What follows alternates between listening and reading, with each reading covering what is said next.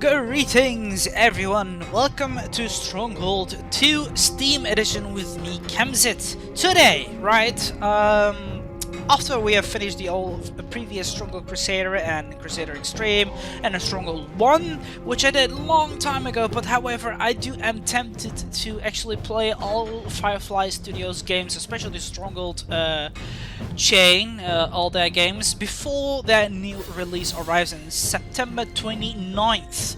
I shall do my best, even if it's finished I shall continue uploading those as well and play with them.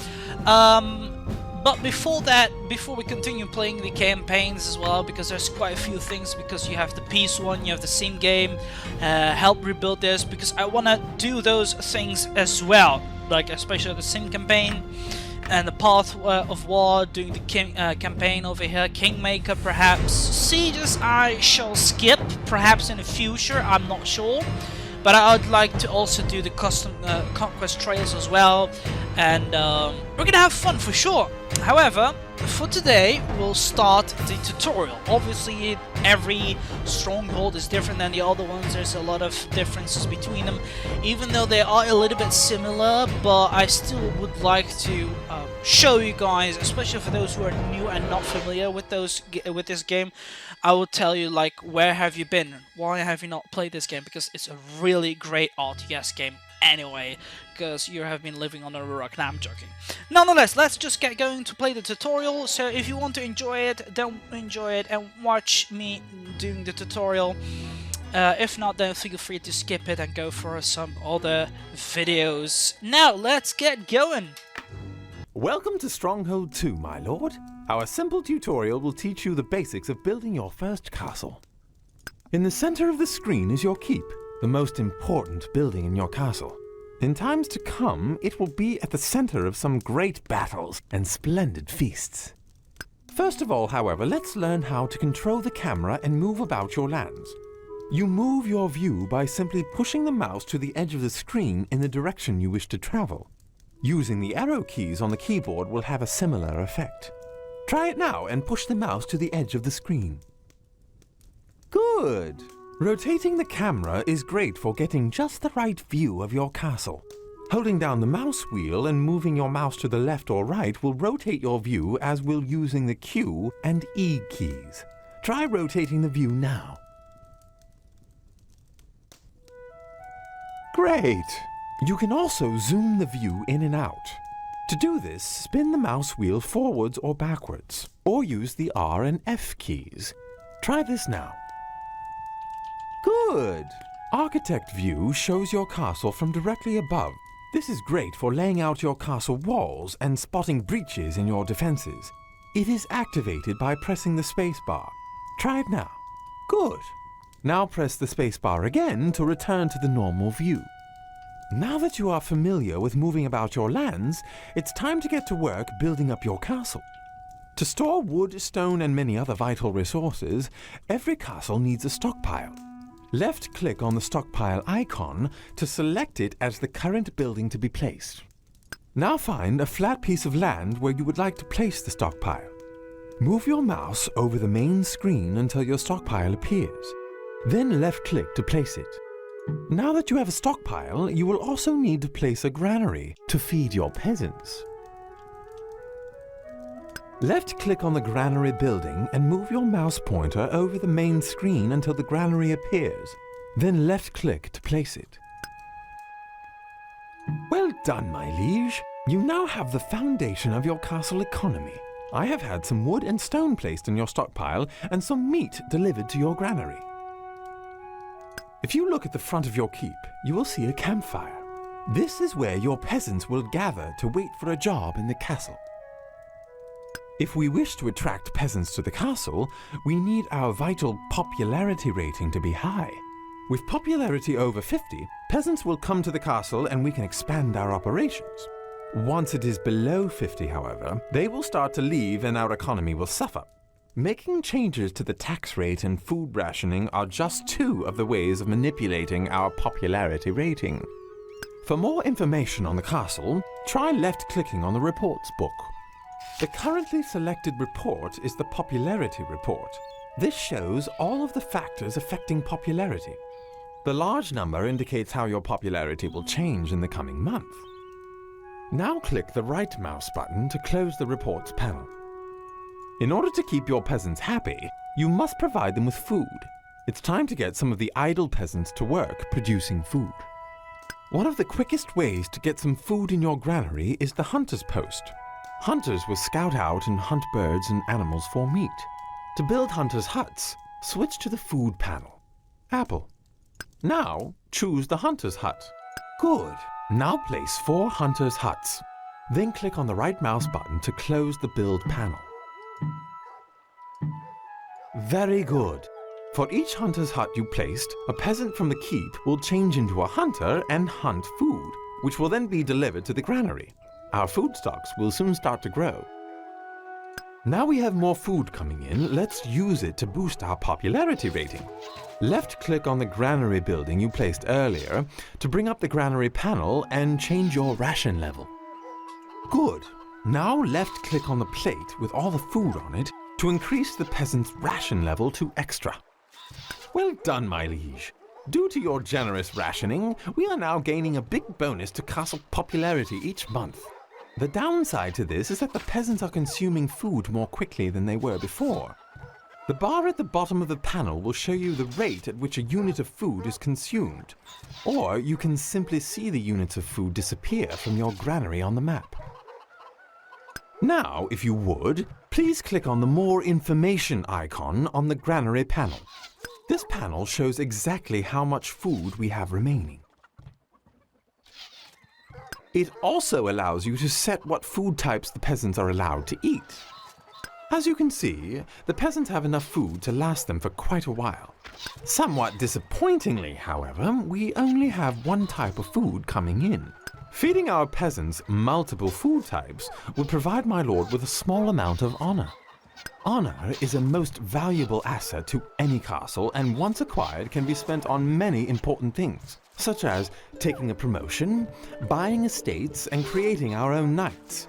Let's build some apple orchards so that the peasants will be able to eat a diet of both apples and meat.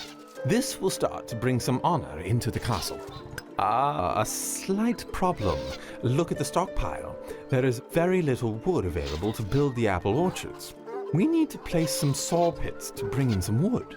To build some saw pits, click on the industry panel. Hammer. Now, click on the saw pit icon. Finally, sire, place 4 saw pits close to the trees. Excellent! 4 of our peasants will soon change into woodcutters and proceed to gather wood. Let's sit back and watch our woodcutters gather wood until we have enough wood stored to place our orchards.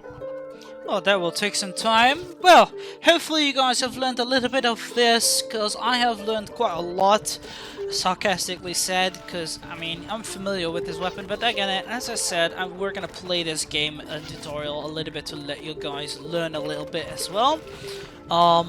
You know, there's a lot of different systems in here. We have the honor, you have gongs, rats, and, you know, entertainment, which is basically not new, but crime is new, however. And there's... Oh, I've spotted another problem, my liege. We now have enough wood to build the orchards, but no peasants left to work them. In order to attract new peasants to the castle, they will need a place to live. Let's increase our population capacity by building an extra hovel.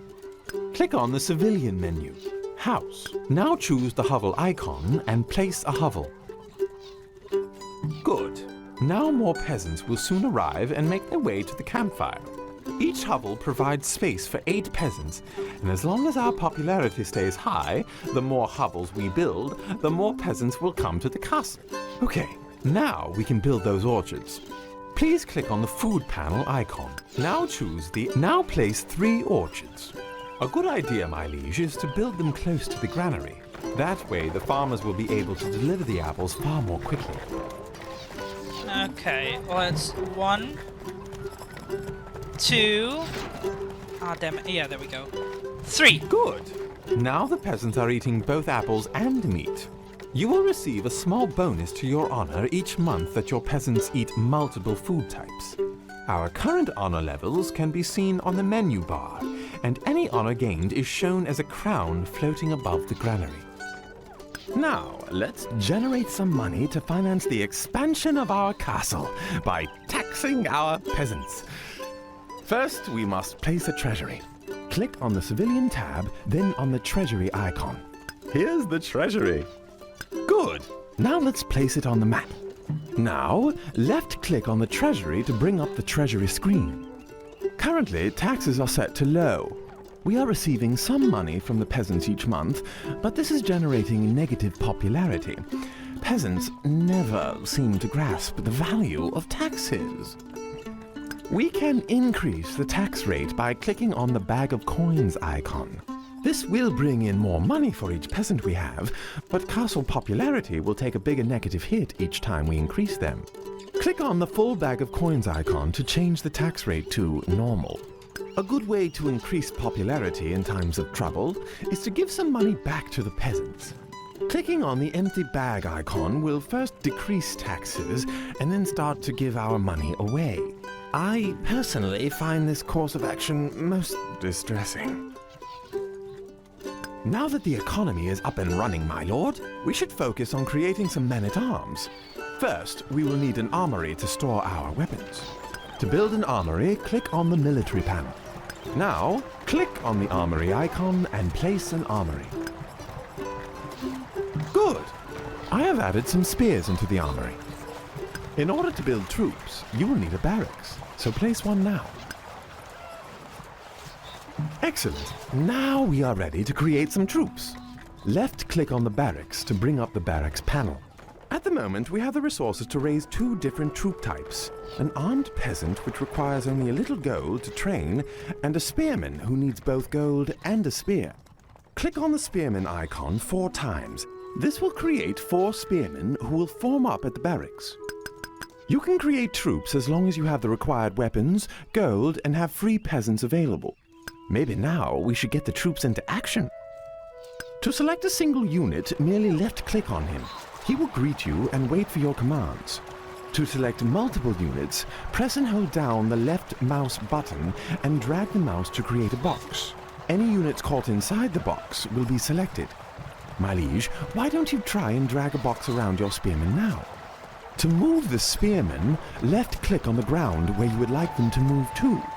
For now, we need to move the soldiers to the red flag near the bridge. Now, with your units still selected, scroll slightly to the north of your current position. You will find a small bandit camp currently being guarded by some rogue bandits. Move your mouse over the bandits until your mouse cursor turns red. This is the attack cursor. Once the cursor turns red, left-click on the bandits, and your spearmen will charge towards them and battle will commence.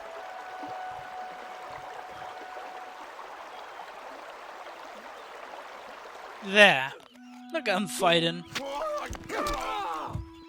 Now, I would advise that we destroy the bandit camp to stop any more cursed bandits from posing a threat to our castle. Select your spearmen and move your cursor over the bandit camp until the camp turns red. Now, left-click on the camp and our spearmen will attack. Excellent! With the bandits out of the way, commerce is free to flourish. Now is a good time to use some of your newly gained honor to purchase a second estate for us. Scroll north until you find the estate with the green arrow pointing to the flag at the estate center. Then left-click on the estate center to open the estate panel. Left-click on the Buy Estate button to purchase the estate. That's great news, sire. We now own this village and all the lands around it. This community produces apples and will send any excess apples they produce by cart to our castle's granary. To see all the estates we own, click on the estate button to the left of the radar map. The red estates are yours. Now, let's see what we need to do to complete a mission. To see what the objectives of a mission are, click on the briefing button. As you can see, the win objective for this tutorial is to buy 2 estates. You lose the mission if the Lord dies. Now return to the game by clicking on the right arrow at the bottom of the briefing screen. Congratulations, my liege. You now know enough about castle building to try one of Stronghold 2's main campaigns.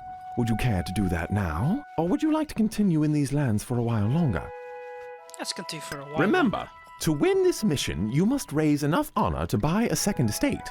To quit the mission at any time, click on the menu button at the top of the screen and choose Quit. Good luck, my lord. Yeah, that is easy. We'll buy it again. There we go! Victory! We already have enough honor since the chattering was quite long. But I hope that was quite, how should I say, productive and very teaching, educating for you guys. Because, you know, it's really important to know these things. As I have said before, these are new manners and they have taught us as well a bit, especially with the honor ones. The others shall be probably teach inside the campaign, which we shall play later on in the future. So I hope you guys enjoyed it. If you did, give it a like button and subscribe to my channel if you're new and wish to support it. Do you want to recommend something, record a game together, that is possible as well? Just write it down in the comments box below or add me on Steam and we can have a chit chat about it. Till then, I shall see you guys laters.